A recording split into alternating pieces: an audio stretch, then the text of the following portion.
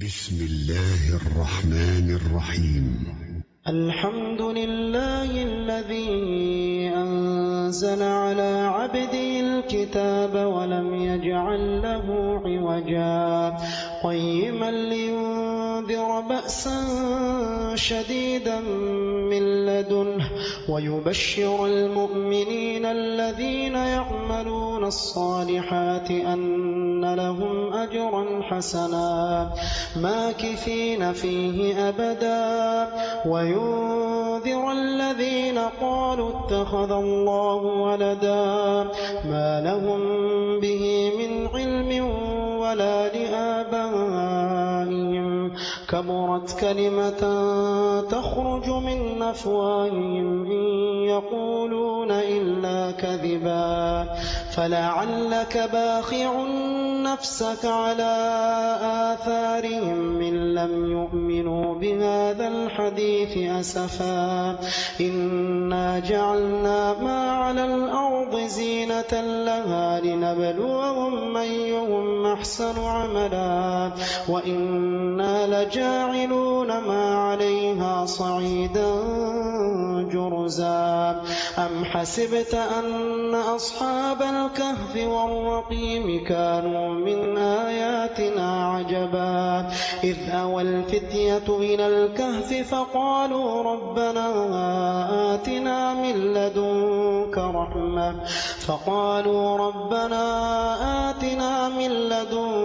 رحمة وهيئ لنا من أمرنا رشدا فضربنا على آذانهم في الكهف سنين عددا ثم بعثناهم لنعلم أي الحزبين أحصى لما لبثوا أمدا نحن نقص عليك نبأهم بالحق إنهم فتية آمنوا بربهم وزدناهم هدى وربطنا على قلوبهم إذ قاموا فقالوا ربنا رب السماوات والأرض لن ندعو من دونه إلها لقد قلنا إذا شططا هؤلاء قوم اتخذوا من دونه آلهة لولا يأتون عليهم بسلطان بين فمن أظلم ممن افترى على الله كذبا وإذ اعتزلتموهم وما يعبدون إلا الله فأووا إلى الكهف ينشر لكم ربكم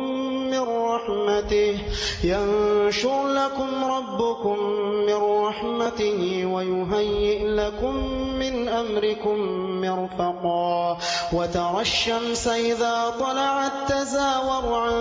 كهفهم ذات اليمين وإذا غربت تقرضهم ذات الشمال وهم في فجوة من ذلك من آيات الله من يهد الله فهو المهتد ومن يضلل فلن تجد له وليا مرشدا وتحسبهم أيقاظا وهم رقود ونقلبهم ذات اليمين وذات الشمال وكلبهم باسط ذراعيه بالوصيد لو اطلعت عليهم لوليت منهم فرارا ولملئت منهم رعبا وكذلك بعثناهم ليتساءلوا بينهم قال قائل منهم كم لبثتم قالوا لبثنا يوما أو بعض يوم قالوا ربكم أعلم بما لبثتم فابعثوا أحدكم بورقكم هذه إلى المدينة فلينظر أيها أزكى طعاما فليأتكم برزق منه وليتلطف ولا يشعرن بكم أحدا إنهم إن يظهروا عليكم يرجموكم أو يعيدوكم في ملتهم يعيدوكم في ملتهم ولن تفلحوا إذا أبدا وكذلك أعثرنا عليهم ليعلموا أن وعد الله حق وأن الساعة لا ريب فيها إذ يتنازعون بينهم أمرهم فقالوا ابنوا عليهم بنيانا ربهم أعلم بهم قال الذين غلبوا على أمرهم لنتخذن عليهم مسجدا سيقولون 3 رابعهم كلبهم ويقولون 5 سادسهم كلبهم رجما بالغيب ويقولون 7 وثامنهم كلبهم قل ربي أعلم بعدتهم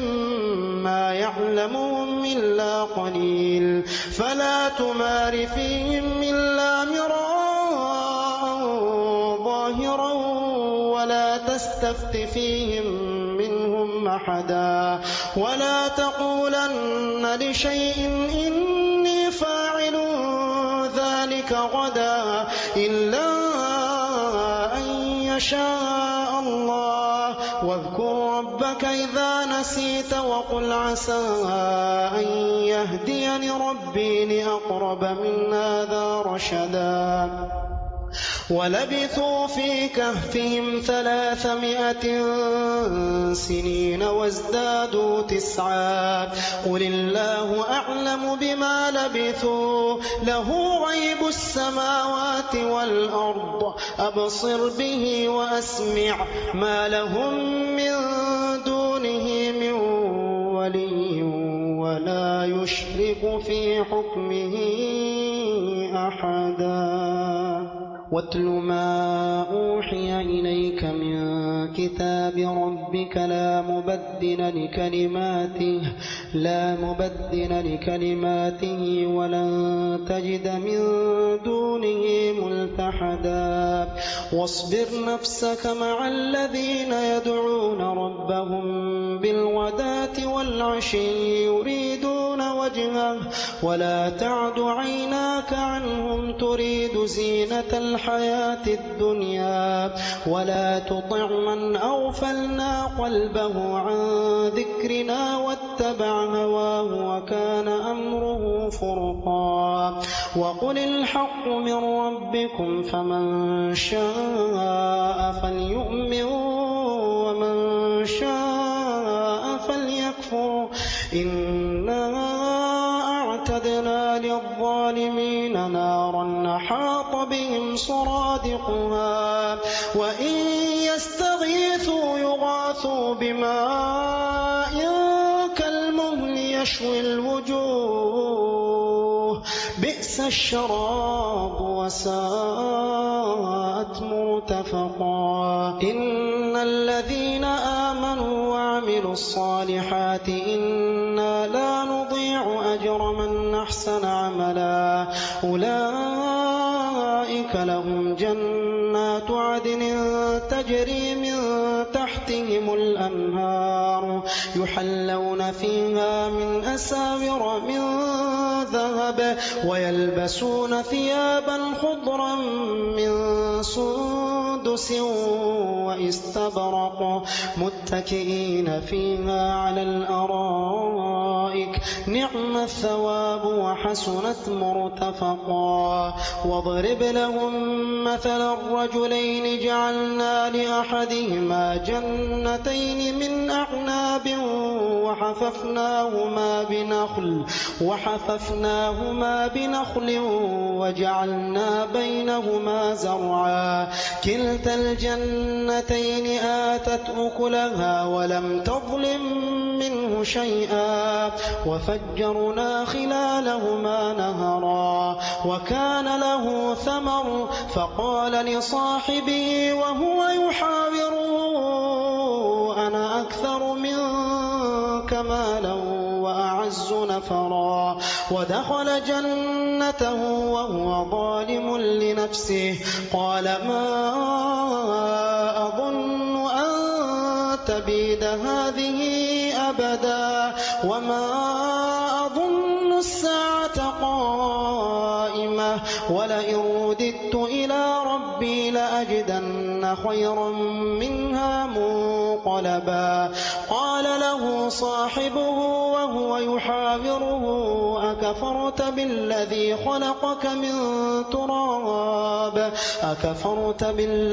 خلقك من تراب ثم من نطفة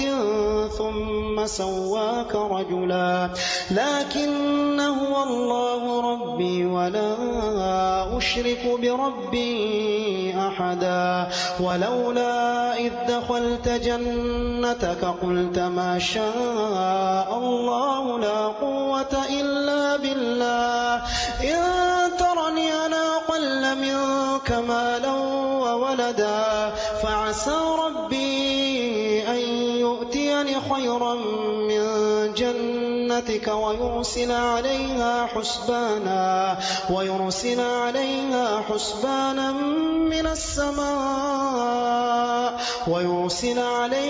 حسبانا من السماء فتصبح صعيدا زلقا أو يصبح ماؤها غورا فلن تستطيع له طلبا وأحيط بثمره فأصبح يقلب كفيه على ما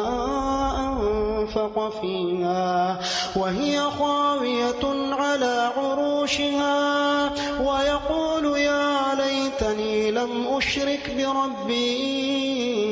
أحدا ولم تكن له فئة ينصرونه من دون الله وما كان منتصرا هنالك الولاية لله الحق هو خير ثوابا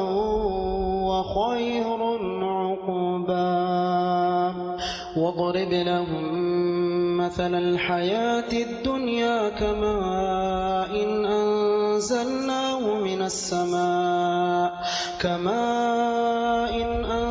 أنزلناه من السماء فاختلط به نبات الأرض فأصبح هشيما تذروه الرياح وكان الله على كل شيء مقتدرا المال والبنون زينة الحياة الدنيا والباقيات الصالحات خير عند ربك ثوابا وخير أملا ويوم نسير الجبال وترى الأرض بارزة وحشرناهم فلم نغادر منهم أحدا وعرضوا على ربك صفا لقد جئتمونا كما خلقناكم أول مرة بل زعمتم أن لن نجعل لكم موعدا ووضع الكتاب فترى المجرمين مشفقين مما فيه ويقولون يا ويلتنا ما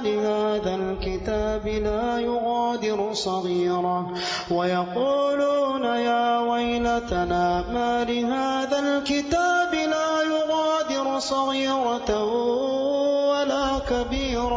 لا يغادر صغيرة ولا كبيرة إلا أحصاها ووجدوا ما عملوا حاضرا ولا يظلم ربك أحدا وإذ قلنا للملائكة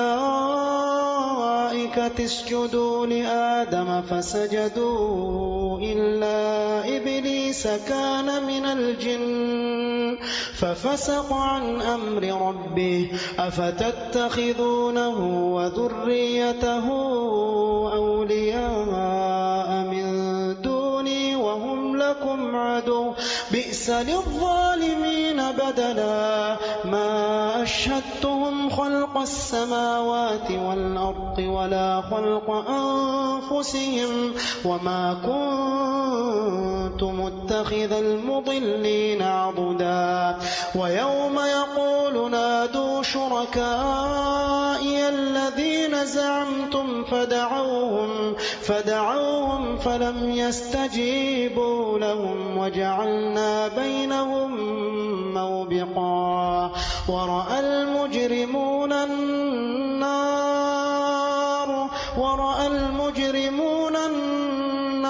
فظنوا أنهم مواقعوها ولم يجدوا عنها مصرفا ولقد صرفنا في هذا القرآن للناس من كل مثل وكان الإنسان أكثر شيء جدلا وما منع الناس أن يؤمنوا إذ جاءهم الهدى ويستغفروا ربهم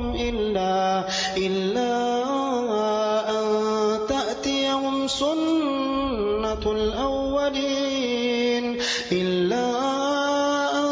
تأتيهم سنة الأولين أو يأتيهم العذاب قبلا وما نرسل المرسلين إلا مبشرين ومنذرين ويجادل الذين كفروا بالباطل ليدحضوا به الحق واتخذوا آياتي وما أنذروا هزوا ومن أظلم ممن ذكر بآيات ربه فأعرض عنها ونسي ما قدمت يداه إنا جعلنا على قلوبهم أكنة أن يفقهوه وفي آذانهم وقرا وإن تدعوهم إلى الهدى فلن يهتدوا إذا أبدا وربك الغفور ذو الرحمة لو يؤاخذهم بما كسبوا لعجل لهم العذاب بل لهم موعد لن يجدوا من دونه موئلا وتلك القرى أهلكناهم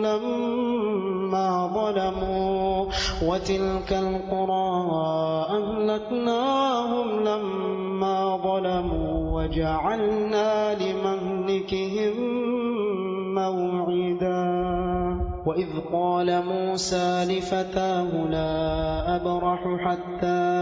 أبلغ مجمع البحرين أو أمضي حقبا فلما بلغا مجمع بينهما نسيا حوتهما فاتخذ سبيله في البحر سربا فلما جاوزا قال لفتاه آتنا غداءنا لقد لقينا من سفرنا هذا نصبا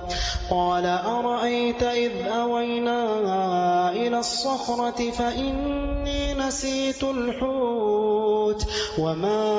أنسانيه إلا الشيطان أن أذكره واتخذ سبيله في البحر عجبا قال ذلك ما كنا نبغ فارتدا على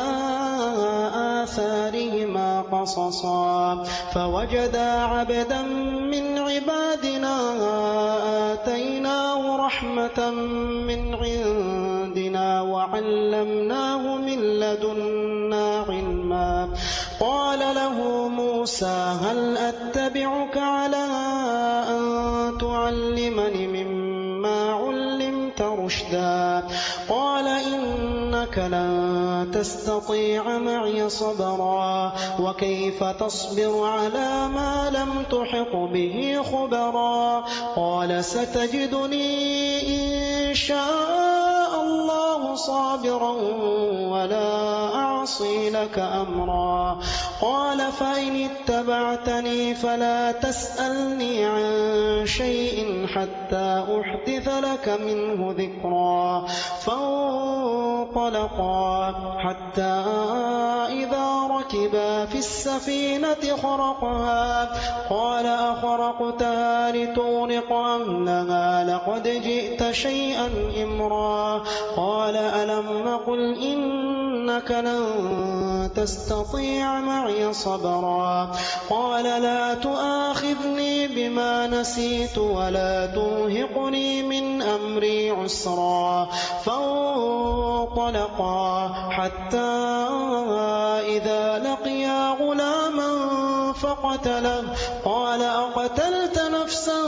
زكية بغير نفس لقد جئت شيئا نكرا. قال ألم أقل لك إنك لن تستطيع معي صبرا. قال إن سألتك عن شيء بعدها فلا تصاحبني قد بلغت من لدني عذرا. فانطلقا حتى إذا أتيا أهل قرية استطعما أهلها فأبوا أن يضيفوهما فوجدا فيها جدارا يريد أن ينقض فأقامه. قال لو شئت لاتخذت عليه أجرا. قال هذا فراق بيني وبينك سأنبئك بتأويل ما لم تستطع عليه صبرا. أما السفينة فكانت لمساكين يعملون في البحر فأردت أن أعيبها وكان وراءهم ملك يأخذ كل سفينة غصبا. وأما الغلام فكان أبواه مؤمنين فخشينا أن يرهقهما طغيانا وكفرا فأردنا أن يبدلهما ربهما خيرا منه زكاة وأقرب رحما. وأما الجدار فكان لغلامين يتيمين في المدينة وكان تحته كنز لهما وكان أبوهما صالحا فأراد ربك أن يبلغا أشدهما ويستخرجا كنزهما رحمة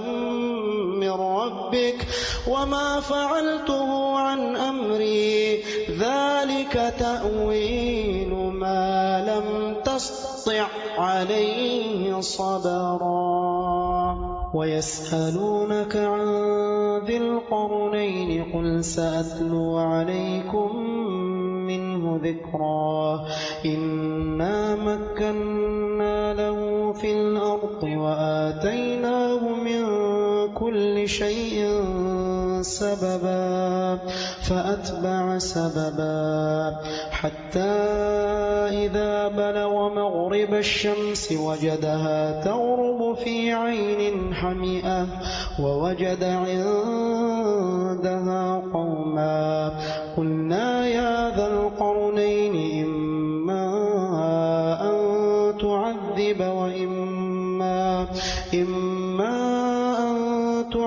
وإما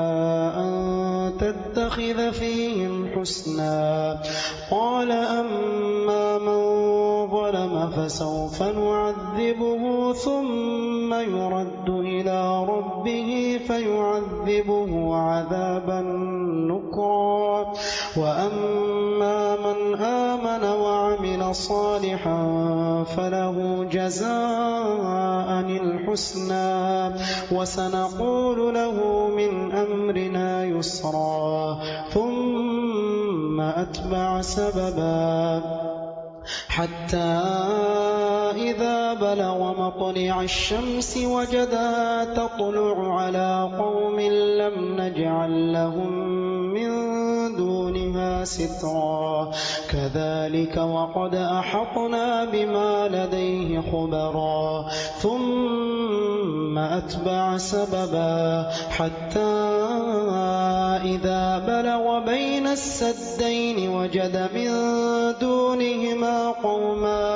وجد من دونهما قوما لا يكادون يفقهون قولا قالوا يا ذا القرنين إن يأجوج ومأجوج مفسدون في الأرض فهل نجعل لك خرجا على أن تجعل بيننا وبينهم سدا قال ما مكني فيه ربي خير فأعينوني بقوة أجعل بينكم وبينهم ردما آتوني زبر الحديد حتى إذا ساوى بين الصدفين قال انفخوا حتى إذا جعله نارا قال آتوني أفرغ عليه قطرا فما استطاعوا أن يظهروه وما استطاعوا له نقبا قال هذا رحمة من ربي فإذا جاء وعد ربي جعله دكا وكان وعد ربي حقا وتركنا بعضهم يومئذ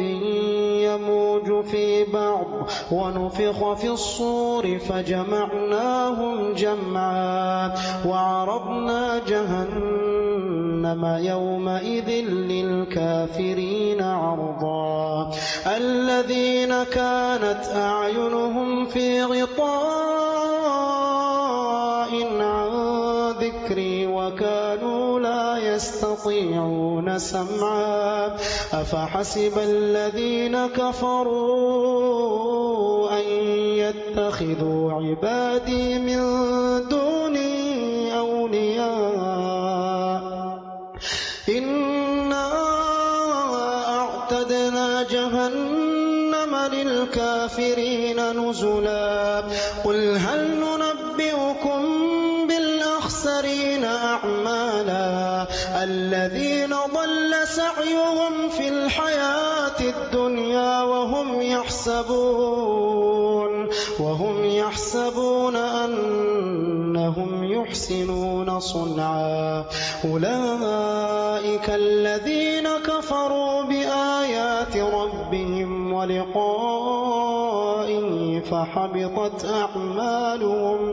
فحبطت أعمالهم فلا نقيم لهم يوم القيامة وزنا ذلك جزاؤهم جهنم بما كفروا واتخذوا آياتي ورسلي هزوا إن الذين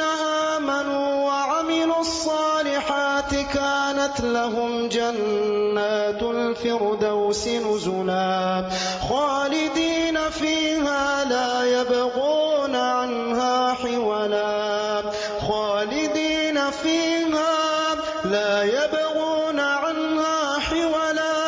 قل لو كان البحر مدادا لكلمات ربي لنفد البحر قبل أن تنفد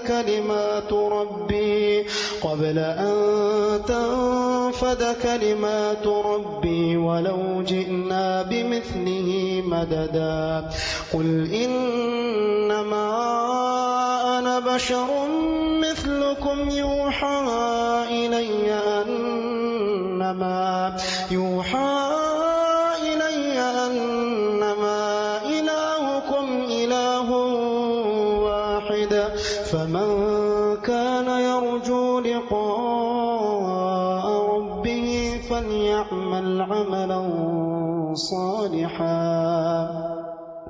فليعمل عملا صالحا ولا يشرك بعبادة ربه أحدا.